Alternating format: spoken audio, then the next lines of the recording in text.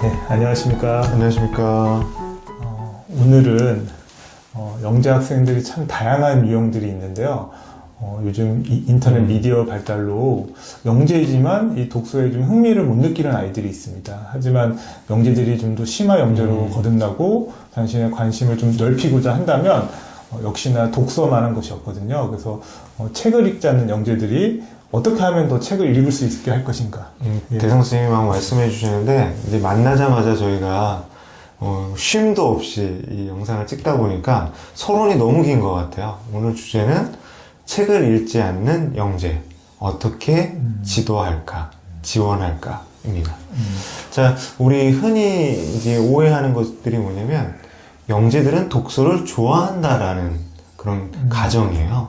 근데 요즘 영재들, 독서를 좋아하나요? 제가 이제 이런 영재원에서 만났던 영재 학생들이 유튜브 영상을 상당히 많이 봤고 그걸 또 몇 배속으로 되게 빠르게 감게 해서 보더라고요. 그래서 이 정보 지식 습득을 과거에 비해서는 이런 시청각 미디어에 많이 의존하고 있는 게 아닌가 생각이 됩니다. 그러니까 대성 선생님은 이제 일반적인 얘기를 해주셨는데, 사실은 영재에 국한된 건 아니에요. 우리 어른들도 그렇고. 그런데 제가 사실은 거의 문자 중독이에요. 뭐냐면 어디를 가든지 무엇을 읽지 않으면 약간 불안한 거죠. 그래서 지하철을 탈 때도 예전에는 뭐 책이나 텍스트, 신문, 뭐 일간지, 심지어는 지하철에 있는 광고들까지 막 읽었었거든요. 그리고 화장실 갈 때도 뭐가 든 게 없으면 불안했었어요. 근데 어느 순간부터는 이제 스마트폰을 들게 되고, 그 스마트폰에 또 영상에 이제 보게 되거든요. 대성 선생님이 말한 것처럼 저도 유튜브 영상을 보면서 처음에 저게 뭐야 이랬는데 어느 순간에 빠져들더라고요. 워낙 많은 양의 정보들이 놓여져 있습니다. 심지어 저도 말한 것처럼 2배속으로 막 보거든요. 근데 요즘 학생들은 더더욱 그런 것들이 심한 것 같아요. 네이버에 뭐 어떤 지식인을 검색하던 때도 있었지만, 최근에는 유튜브에 이제 정보 검색을 한다라고 하더라고요. 그래서 실제로 우리 영재 학생들이 보면은 이제 자기가 생각하는 걸 언어로 표현하는 건 잘하지만, 또 그걸 글로 쓰거나 정제된 어떤 문장으로서 정리하는 건 부족한 경우가 많아요. 특히 이제 남학생들, 이제 수학을 좋아하는 학생들 같은 경우 보면, 그 영재원에서 실시하는 어떤 텍스트 수준의 글을 읽고 논지를 파악하고 그것에 대한 자기 생각을 잘 써내려가지 못해요. 분명히 그 문제를 풀 수 있음에도 불구하고. 그런 의미에서 독서, 저는 필요하다라고 봅니다. 그리고 그 독서를 지원하기 위한 구체적인 방안이 이제 우리 대성 쌤이 제시해 주실 거죠? 예, 제가 한 가지 한번 제시해 볼게요. 그러니까 저희 학생들이 접하는 지식들이 대부분 다 다듬어지고 결론이 낮은 그런 결과적인 지식을 많이 배워요. 그래서 예를 들면 요즘에 코로나19 백신이 중요하다. 그래서 예전에 뭐 호암 마마 해서 뭐 종두법 이런 게 단순하게 그냥 그런 것들을 배우는데, 저는 그런 과학적 사실이나 어떤 역사적 사건에서 그걸 해결해 가고 주인공이 되는 인물들이 있거든요. 그래서 저는 학생들이 그 전후 맥락과 사회적인 배경까지 그 인물을 통해서 깊이 있게 통찰할 수 있다고 생각이 듭니다. 그래서 학부모님들이 그런 단순히 지식을 빨리 전달하는 것보다는 독서에 있어서만큼은 이런 중요 사건과 관련된 인물들에 대한 약간은 그 위인전은 아니겠지만 약간 그런 깊이 있는 인물 탐구가 좀 필요하다고 그러니까 생각이 저희 대성 선생님도 제가 아까 말씀을 드렸어요. 오늘 영상을 찍기 전에 정말 우리 영상을 보시는 분들에게 실질적인 도움이 되는 말씀을 해달라고 하니까 기승전결을 그냥 다 생략하고 이제 핵심적인 방법을 말씀을 해주셨는데, 사실 영재 학생들 같은 경우에 이제 보통의 학생들과 뛰어난 부분, 다른 부분이 어떤 현상들, 전혀 관련이 없는 현상들을 연결을 짓고 거기서 창의적인 아이디어를 더하는 데 있다고 생각을 해요. 그래서 영재 학생들, 이제 우리가 흔히 수학 영재라고 하면, 최근에 영재원들에서는 어떤 수학 문제를 단순히 푼다는 개념보다는 어떤 수학적 사실이나 수학적 원리나 수학적 발견 속에 관련된 인문, 사회, 과학적인 현상들과 관련을 맺어요. 이런 것들을 이제 융합적인 접근이라고 하는데, 실제로 대성 선생님이 말씀해 주신 것처럼 어떤 수학적인 문제, 문장제 문제가 정도가 아니라 하나의 짧은 글을 제시하고 그 속에서 수학적 원리를 찾고 이제 자기만의 어떤 계산법이나 문제 해결 방법을 이제 익히는 경우가 많거든요. 예를 들면 이제 삼각형의 내심이나 외심은 이제 초등학교 영재들은 배우지 않는 과정인데, 그것을 심화 과정으로서 이제 초등학생들한테 도입하기 위해서 어떤 상황들을 제시하는지 아세요? 글쎄요. 그러니까 삼각형의 내심이나 외심이 갖고 있는 그 성질을 단순히 제시를 한다면 영재 학생들은 이제 지적인 능력이 뛰어나기 때문에 그거를 암기를 하겠죠. 그렇지만 거기서 나아가기 위해서는 일단 초등학교 때 배운 수학적 원리에서 심화될 필요가 있었거든요. 그래서 예를 들어서 이제 보물 지도를 제시하는 거예요. A, B, C 지점에서 같은 거리를 간 곳에 보물이 묻혀 있다. 혹은 마을 둘레에 이제 동그랗게 원형의 마을을 이제 구상을 하고 그 마을 속에서 마을의 중심에 있는 이제 중심점에 있는 특정 목적지를 설정하게 한다든지 여러 가지 상황들을 제시해요.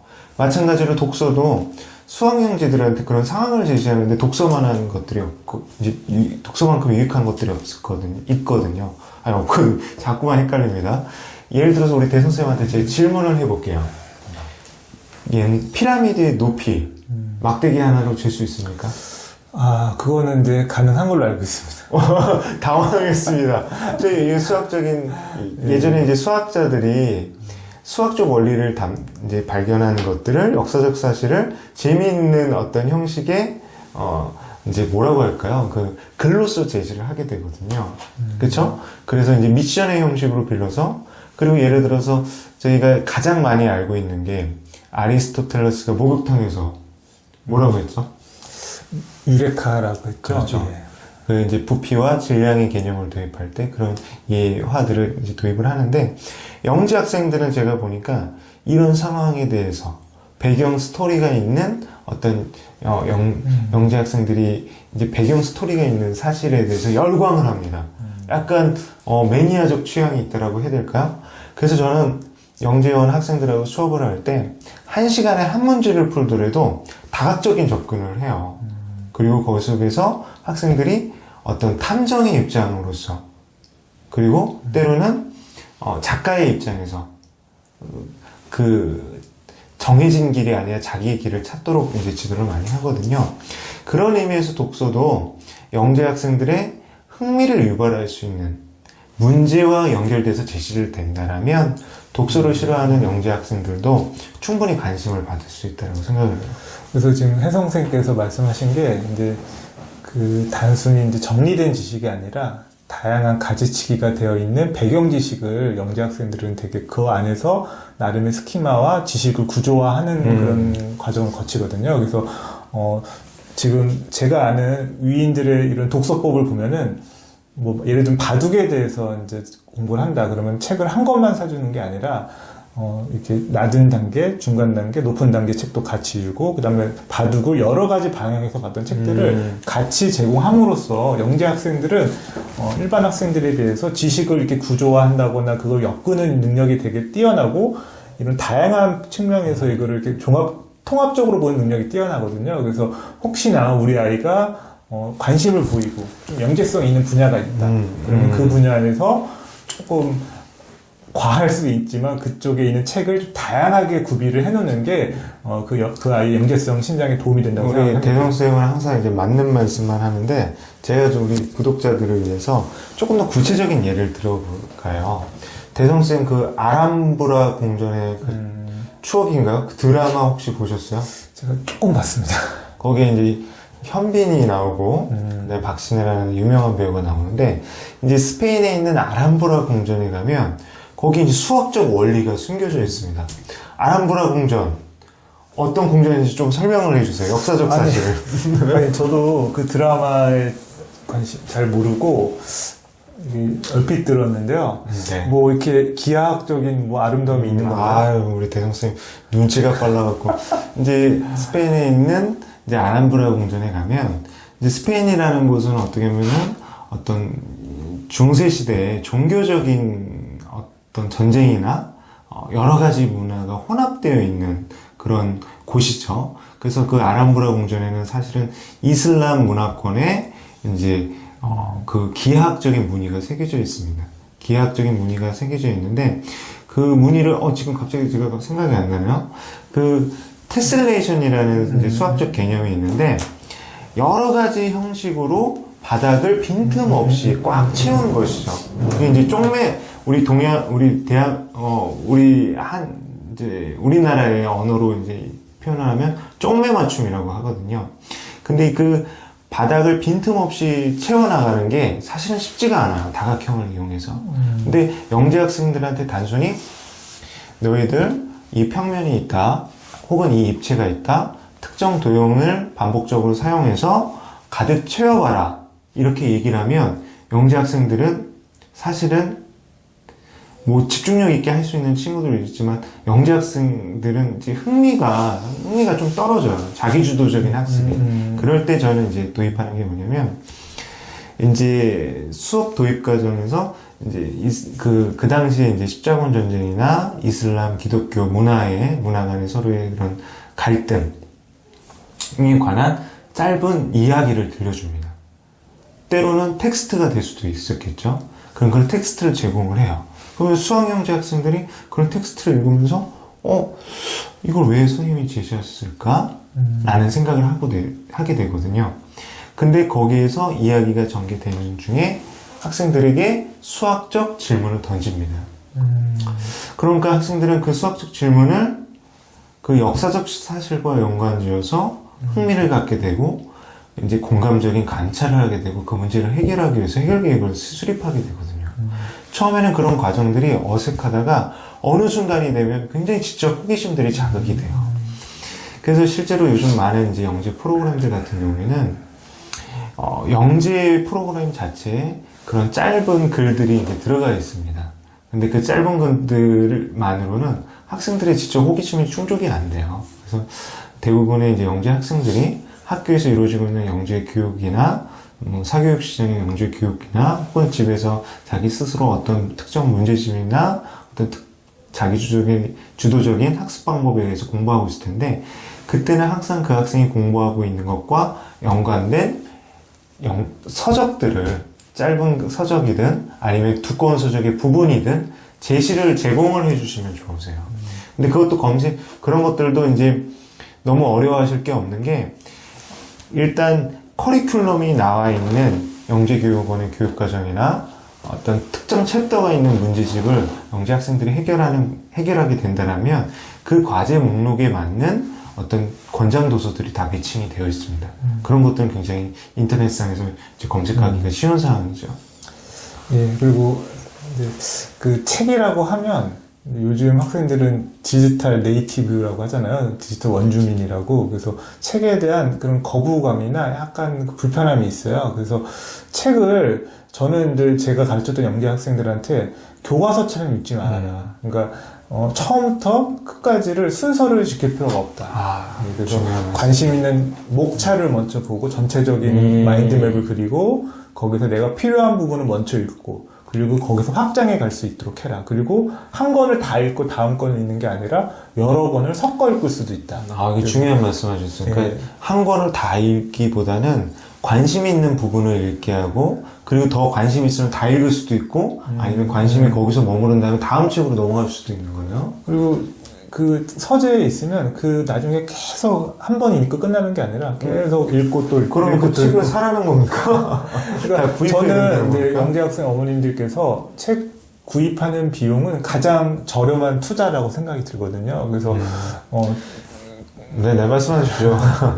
그래서 그런 것들 좀 여유 있게 혹은 요즘에는 전자 이북이 많아요. 요즘에 이렇게 제가 특정 앱을 소개해 드릴 수는 없지만 저 같은 경우도 이런 태블릿으로 이렇게 전자북을 많이 보기도 하고 아니면 귀로 듣는 이런 앱들도 있더라고요. 그래서 그런 것도 활용하면서 요즘 이제 책 읽는 방법이 되게 다양해지고 있는데 그런 거에 맞춰서 이런 환경을 네. 조성해주면 좋지 않을까 생각이 이게 또 듭니다. 저희가 재밌으려면 반대 의견도 내야 되는데, 저는 이제 책을 구입하는 건 반대입니다.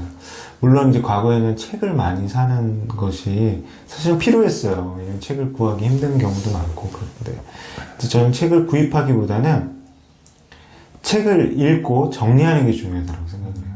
그래서 요즘에 보면 서점이나 북카페, 그리고 학교 도서관이나 공공도서관, 그리고 이제 책을, 아까 온라인 책을 이제 대여할 수 있는 것도 많거든요. 이북도 대여를 할 수가 있잖아요. 그리고 이제 우리 대성쌤은 잘 알지만, 당근마켓이나, 그 다음에 온라인 서점, 예스24 뭐, 그런데, 알라딘 뭐 이런 데 보면, 책을 사고 팔고가 굉장히 편해졌어요. 그래서 저는 책을 계속 갖고 있는 것보다 책을 읽을 때 이제 그 학생들이 접할 수 있게만 해주면 되고, 단 그 책에 대한 정리하는 습관. 그래서 저는 이제 요즘 계속 제가 밀고 있는 건데, 책을 독서한 내용들을 정리하는 앱들이 있어요. 서평들을 쓰는 앱. 그런 앱을 활용하거나, 그런 것도 싫다 그렇다면 학생들에게 온라인 포트폴리오를 만들어줄 필요가 있다는 생각해요. 그러니까 블로그를 만들어주는 거예요. 근데 그 블로그가 그런 친구들 많거든요. 이제 뭐 과학 영재들이 특히 과학 실험을 하면서 이제 실험 블로그로 운영하는 경우가 많은데, 저는 독서 블로그, 자기가 독서한 것들을 짧게 정리해 나가는 거죠. 근데 그 정리하는 것도 하기 싫은 일이 돼버리면 안 돼요. 그래서 형식을 제공하기보다는 명확하게 유목화해서, 이제 예를 들어서 그 주인공한테 하고 싶은 말, 아니면 그 책을 읽고 그 책에 대한 비판, 혹은 그 책에서 내가 가장 감명 깊게 읽은 구절, 그 영재 학생들이 스스로 그렇게 주제나 콘텐츠를 정해나가서 이제 올리게 해주는 거죠. 굉장히 의미가 깊다라고 생각을 해요. 그래서 저도 이제 이런 시험에 되게 단기간에 좋은 결과로 합격을 했던 그 비결이 지금 무슨 시험에 합격하셨는데요? 왜 기승전 자기자랑이야. 네. 아, 이렇게 타고 치고. 예, 네. 그래서 저는 이제 블로그도 좋고 저는 카페로 이렇게 글을 남겼어요. 그래서 이렇게 카페면 어떤 스마트 도구에서 이제 다시 검색을 할 수 있고 확인할 수 있는 그런 편리성이 있었고. 그러니까 학생 개인이나 아니면 가족들이 운영하는 카페, 그렇죠. 인터넷 카페를 그리고 말씀하시는 거죠? 저 같은 경우는 이런 책을 읽으면 책을 읽을 때는 상상을 막 해요. 그리고 그거를 유튜브에서 검색하면서 예를 들면 레미제라블이라고 하는 책을 읽었어요. 그러면 내가 막 장발장을 상상하고 음악을 상상했는데 근데 그걸 검색하면서 음악을 들으면 그게 정말 인상적으로 기억에 남더라고요. 그러니까 그게 이제 있어요. 왜냐면 영재 학생들의 뭐 특징들이 다양한데, 어떤 학생들은 그 텍스트를 그냥 전사하듯이 그대로 머릿속에 복사되는 친구들이 있고, 어떤 친구들은 그걸 이미지화 형상화하거나, 우리 대성쌤처럼 여러 가지와 관련 짓는 다양한 유형들이 있는데, 그러니까 그거는 이제 정리해 나가는 방법은 참 여러 가지일 것 같아요. 과학과 관련된 어떤 관심사가 있는 친구들은 독서를 읽는 걸 과학 발명품이나 어떤 창의적인 뭐 아이디어랑 연관 지어도 되고, 그 다음에 우리 요즘에 이제 예고나 또 이제 나중에 이제 예술 분야의 전공을 하는 친구들 같은 경우는 그림이나 아이디어 스케치 같은 것들을 해도 좋을 것 같아요.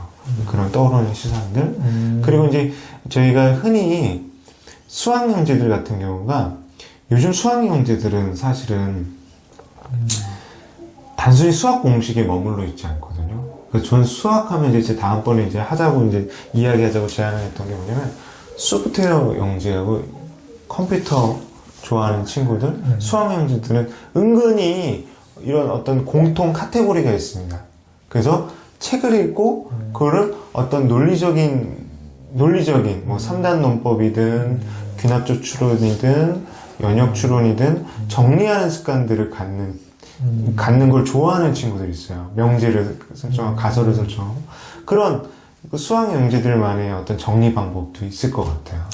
그리고 근데 한 가지 이제 지식을 얻는 독서가 있지만 사실 문학 작품 같은 경우는 어머님들 보시기에 얘가 이런 영재 학생 공부에 방해되는 거 아닌가라고 이렇게 오해를 하시는 경우가 있어요. 근데 저는 생각하는 게, 제가 이제 학창 시절에 언어 영역 모의고사를 상당히 좋은 결과가 몇 번 있었거든요. 만점을. 근데 그 비법이 SF 소설하고 이런 무협지를 정말 서점 뭐 만화방 몇 군데를 다 읽었던 경험이 있는데 그러니까요. 그런 속독하고 문단의 내용을 파악하고 그런 거가 상당히 그런 걸 얻었고 또는 이런 정서적인 능력, 이런 공감, 뭐 이런 것들도 풍부해졌다는 근데 생각을 저는 이게 이제 대성쌤이 항상 이제 기승전을 자기 자랑하니까 제가 조금 이제 지적을 하자면, 대성쌤이랑 저랑 이제 무협지를 참 많이 봤었던 것 같아요. 근데 그런 것들, 그 다음에 소설을 보고 그런 거 도움이 되는데, 저는 이제 대성쌤이랑 저의 이제 한계를 봤던 게 뭐냐면, 무협지나 이런 것들을 읽다 보면 굉장히 속독하는 능력은 빨라져요. 그치만, 제가 항상 말하는 거, 바람직한 독후 활동과 그리고 독후의 사고 활동과 연결되지 않으면 그것은 사실은 정리되지 못하는 경우가 있어요. 이 영재 학생들 같은 경우에서 텍스트를 다 머릿속에 전사하고 그 글의 상당 부분을 기억하고 있지만 그것에 머무른다면 사실은 그거는 요즘에 필요한 독서와는 거리가 있다고 생각을 해요. 창조적 연결이라는 말이 있습니다. 스티븐 잡스가 사실은 뛰어난 프로그래머나 어떤 뛰어난 코딩 능력이나 그런 발명의 어떤 그런 소질이 있는 분은 아니셨다고 생각이 돼요. 그분이 갖고 있었던 건 뭐냐? 남의 좋은 생각들에 연결짓고 플러스 알파를 할 수 있었다는 거. 그리고 그 속에서 본질을 바라볼 수 있었다는 게 생각을 했거든요. 책을 읽고 막 책을 읽었어요. 우리 대성쌤 요즘 무슨 책 읽었으셨어요? 근데 제가 뭐야 이거 말할 필요가 없어. 책을 읽고 그걸 딱 한 문장으로 정리할 수 있어야지 그 책이 자기 지식이 되고 자기의 어떤 성장과 발달에 밑거름이 된다고 생각해요. 요즘에 저는 저는 소모되는 책, 감정을 힐링하는 책도 좋지만 우리 영재들한테는 창의적인 영감을 줄 수 있는 독후 활동과 연결되는 것이 중요하다고 생각합니다. 그래서 뭐 생산적 독후라고 아마 그렇게 생각을 하시고 말씀하신 것 같고, 저는 그 요즘 학생들이 워낙 책에 대한 이 거부감이나 이런 걸 낯설어하기 때문에 이 처음에 흥미롭게 독서를 시작하는 그 호기심을 키우는 그거에 좀 필요성, 그리고 습관을 들이는 걸 좀 말씀을 드린 거예요. 그래서 아침 뭐 자기 전에 독서하는 거. 저도 이제 지금은 이렇게 유튜브 틀어놓고 자는 경우가 많지만 예전에는 항상 책을 이렇게 읽다가 자고 그런 게, 그리고 책을 꽂아놓지 않는 게 저는 좋더라고요. 책 꽂아놓으면 다시 안 꺼내게 돼요. 그러면 펴놓고 접고 막 낙서도 하고 망가뜨리고 하면서 책을 이렇게 너저분하게 하는 게 저한테는 그 책 읽는데 좀 도움이 됐거든요. 저 반대를 하니까요. 그러니까 왜냐면 독서 같은 경우가 사실은 그래요. 이제 뭐냐면 의식적인 의도된 행동을 하지 않으면 머무르고 말아요. 저는 영재 학생들한테도 사실은 어떤 책 읽는 습관을 그걸 들여주는 건 좋습니다. 그렇지만 자기 나름대로의 의미 있는, 아까 생산활동이라고 표현하셨는데 그런 것과 연결짓는 건 필요해요. 왜냐면 우리 대성쌤 아시지만 주변에 그런 학생들 많잖아요. 또래보다 굉장히 앞선 수준에 있는 소설들을 읽는 친구들이 있어요. 초등학교 저학년인데 해리포터 소설 그걸 뭐 완독을 하고, 또 때로는 영어로 된 원서를 읽고, 그리고 이제 칼 세이건의 우주 코스모스 그 책을 보는 이제 초등학생들. 근데 그런 학생들하고 얘기를 해보면 이제 저희 영재관에 이제 면접을 하면 그런 친구들이 이제 딱 와요. 그러면 확실히 여러 가지 읽었기 때문에 언변이 화려하거든요. 화려한데 뭔가 하나씩 빈 나사들이 생기는 거예요. 근데 그것이 점점 가면서 정교해지는 친구들도 있지만 정교해지지 못하는 친구들도 있거든요. 우리 대선생님이 한번 얘기를 해보세요. 독서를 좋아하는 학생, 영재원에 진학을 하거나 진학하지를 못하거나 사실은 기대했던 만큼의 성장을 못 이루고 그냥 머물러 있는 경우가 많거든요. 오히려 독서를 또 좋아했지만 멀리하게 되는 경우가 있고, 이런 학생들 뭐가 문제예요? 그 독서를 통해서 이 바깥 세상에 또 호기심을 갖게 되고 어떤 사회적 문제에 대해서 그걸 해결하고자 하는 그런 끊임없는 사고를 하는 학생들이 있는가 하면은 그냥 수동적으로 그걸 수용하고, 아니 막 독서를 좋아해서 책을 읽는 아이들이 있어요. 근데 거기서 머물러요. 글쎄요. 근데 그 독서 하나만 가지고 그 학생의 그 발전 여부를 판단하기 참 조심스럽고, 단지 이제 독서도 저는 이렇게 생각해요. 약간 우물처럼 어느 정도 깊이가 있어서 그게 쌓이면 그게 이렇게 전이가 되는 그 어느 단계가 있다고 저는 생각을 하거든요. 근데 저도 이제 어렸을 때 굉장히 독서를 많이 했습니다. 근데 독서는 사실 삶에 있어서 그 사람의 지혜의 원천이 되는 건 사실이에요. 그리고 그 독서에 무의미한 독서는 없다고 생각합니다. 그렇지만 저는 이제 독서가 더 의미 있게, 유의미하게 다가오려면 독서라는 것이 그 학생의 성장과 발달에 있어서 연결되면 물론이지만 그 학생이 어떤 재능을 꽃피우고 그리고 영재들에 있어서 전문성을 발휘하는데 좀 보탬이 되었으면 좋겠다는 거예요.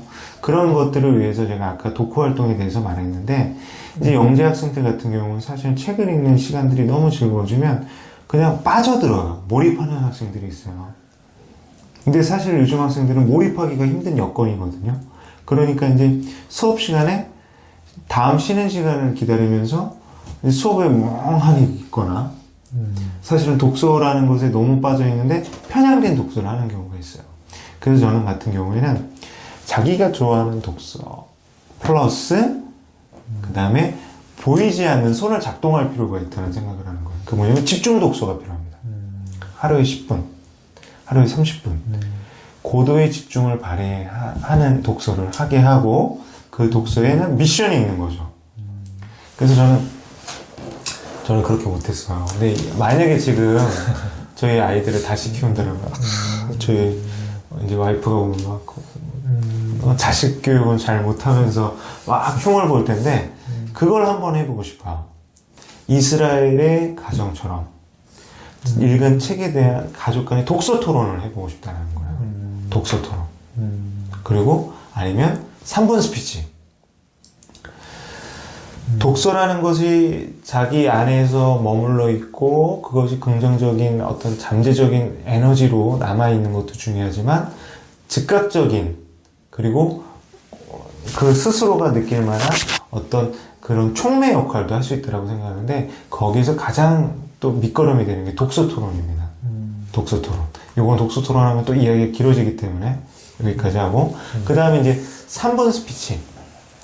독서에서 읽은 걸 바탕으로 다수의 학생들이나 가족들 앞에서 자기의 생각을 말하게 하는 거예요. 주제를 정해서. 그것들이 굉장한 사고력이나 언어 표현력을 늘 높이고, 또 아까 말씀드렸던 창조적 연결과도 굉장히 관련이 깊어지거든요. 자. 네, 그래서 오늘 지금 한번 정리를 하는 게 좋을 것 같아요. 근데 영재 학생들, 이 독서가 밑바탕이 되어야지 더 높은 단계로 발전할 수 있다고 저는 생각이 들고, 혜성쌤이나 이렇게 같이 얘기했던 그런 가정에서 이렇게 학생들 지도하는 비법들 참고하셔서, 여기 코로나19 시대, 가정에서 있는 시간이 상당히 긴데요. 학생들이 이런 낭비되는 시간보다는 좀 생산적인 활동, 그리고 자기 미래에 좀 도움이 되는 그런 방향으로 시간을 보내길 바랍니다. 네, 마지막.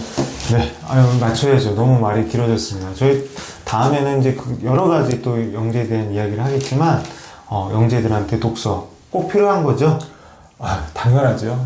독서만큼 사람을 발전시키고 소양이 되는 게 없다고 생각이 듭니다. 네, 저희 이걸로 가름하고자 합니다.